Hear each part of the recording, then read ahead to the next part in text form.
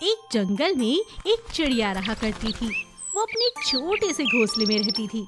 चिड़िया हर सुबह खाना लेने जाती थी और शाम को वापस आ जाती थी।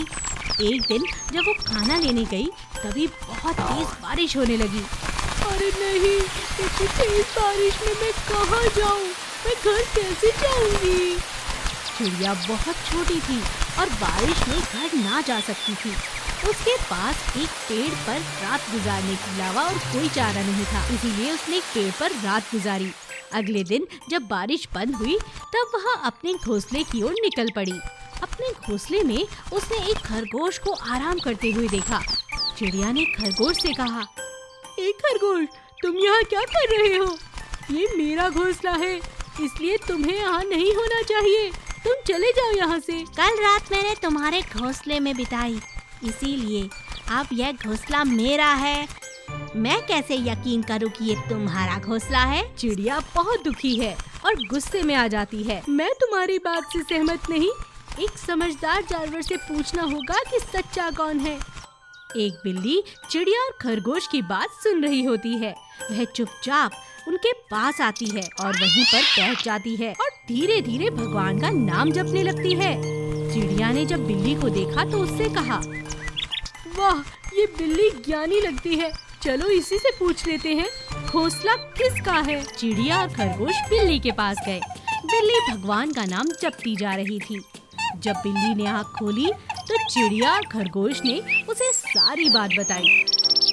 बिल्ली ने दोबारा आँख बंद की और उनकी बात सुनती रही और अचानक झपट्टा मारकर दोनों को पकड़कर खा गई। चालाक बिल्ली ने घोंसले पर भी कब्जा कर लिया और अपना पेट चिड़िया और खरगोश से भर लिया। इसीलिए कहते हैं, हमें सोच समझ कर फैसला लेना चाहिए, नहीं तो फैसले की जगह अपनी जान गंवा सकते हैं। हाँ, बहुत मजा आया, मूर्ख कहीं के।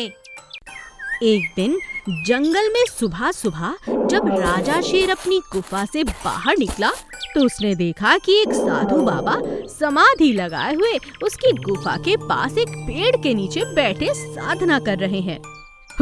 इसकी इतनी हिम्मत, लगता है ये खुद ही मेरा खाना बनने के लिए यहाँ आ गया है। मूर्ख कहीं का, अब इसे मेरा भोजन बनने से कोई नहीं रोक सकता। शेर की हंसी सुनकर साधु बाबा की आँख खुल गई। उन्होंने राजा शेर को आते हुए देखा और हाथ जोड़कर खड़े हो गए और कहा, राजा शेर, मुझे माफ करें, आपको नींद से जगाना मुझे सही नहीं लगा, इसीलिए यहाँ आपका इंतजार करने लगा। मुझे आपसे कुछ बात करनी है। मुझसे क्या बात करनी है आपको? आज से मैं यहीं बैठकर समाधि में रहना चाहता हूँ, शक्तियों को पाना चाहता हूँ। बस आपकी इजाजत चाहिए शेर राजा। मैं चाहता हूँ आप यहाँ मुझे बैठने की इजाजत दे दें। लेकिन यहाँ पर क्यों? क्या तुम मुझसे डरते नहीं? मैं तुम्हें आज खा जाऊंगा, फिर कैसी समाधि? मेरी बात ध्यान से सुने शेर राजा, इस शक्ति को प्राप्त करने में मेरी मदद करिए, मैं आपकी मदद करूंगा। मैं आपको उड़ने की शक्तियां दे सकता हूँ। आप एकमात्र अद्भुत शेर बन जाएंगे जो उड़ता है, यानी कि उड़ने वाला शेर। अच्छा, ये बात है। अगर जंगल में कोई भी गया तो बाकी जानवर मुझे परेशान करेंगे, लेकिन अगर आपकी इजाजत से यहाँ रुका तो मुझे परेशान नहीं करेंगे। मैं जानता हूँ बाकी जानवर आपसे बहुत डरते हैं। ये तो तुमने ठीक कहा। क्या सच में तुम्हारे पास इतनी शक्तियाँ हो जाएंगी कि मैं उड़ सकूंगा? जी महाराज, बस आपका साथ चाहिए। भोजन तो आप किसी का भी कर सकते हैं, मगर कोई आपको शक्तियाँ नहीं दे सकता महाराज। शेर को बाबा की ये बात बहुत सही लगी। शेर ने बाबा की दिन रात सेवा की, उसके पास किसी भी जानवर को भटकने नहीं दिया। और बहुत समय के बाद जब बाबा ने आंखें खोली तो उनके पास दिव्य शक्तियाँ थीं। उन्होंने शेर को आशीर्वाद दिया और शेर बन गया उड़ने वाला शेर। यह देखकर जंगल में उसकी वाह-वाह होने लगी और शेर बहुत खुश हुआ। बिल्ली और खरगोश का फुटबॉल गेम। बिल्ली और खरगोश गांव के बच्चों को छुप छुप कर फुटबॉल खेलते हुए देखते थे और बहुत खुश होते थे। बिल्ली देखो कितना बढ़िया गोल मारा है। वाह, फुटबॉल खेलते हुए ये बच्चे कितने प्यारे लगते हैं। हाँ, ये तो तुमने मेरे मन की बात कह दी। काश हमारे पास भी एक फुटबॉल होती। एक दिन हमेशा की तरह बिल्ली और खरगोश बच्चों को खेलते हुए देख रहे थे और तभी एक बॉल दूर उछलकर जंगल में चली गई। वहाँ खेलते हुए मिंटू ने कहा, वाह कितना अच्छा था, बॉल तो बहुत दूर चली गई है। हमें जंगल की तरफ नहीं जाना चाहिए, मम्मी ने मना किया है। ये लो, मेरे पास एक बॉल है, इसी से दोबारा खेल शुरू करते हैं। बच्चों ने दोबारा खेल शुरू कर दिया और इस बात का फायदा बिल्ली और खरगोश ने उठाया। बिल्ली ने खरगोश से कहा, अरे खरगोश दोस्त, चलो उस बॉल को ढूंढते हैं। अगर मिल गई तो हम भी फुटबॉल से खेल सकते हैं। ये तो तुमने बहुत अच्छी बात कही बिल्ली, चलो चलते हैं।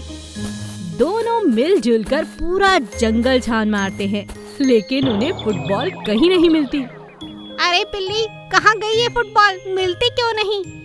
मुझे लगता है किसी पेड़ पर फंसी होगी, चलो ऊपर भी देखते हैं।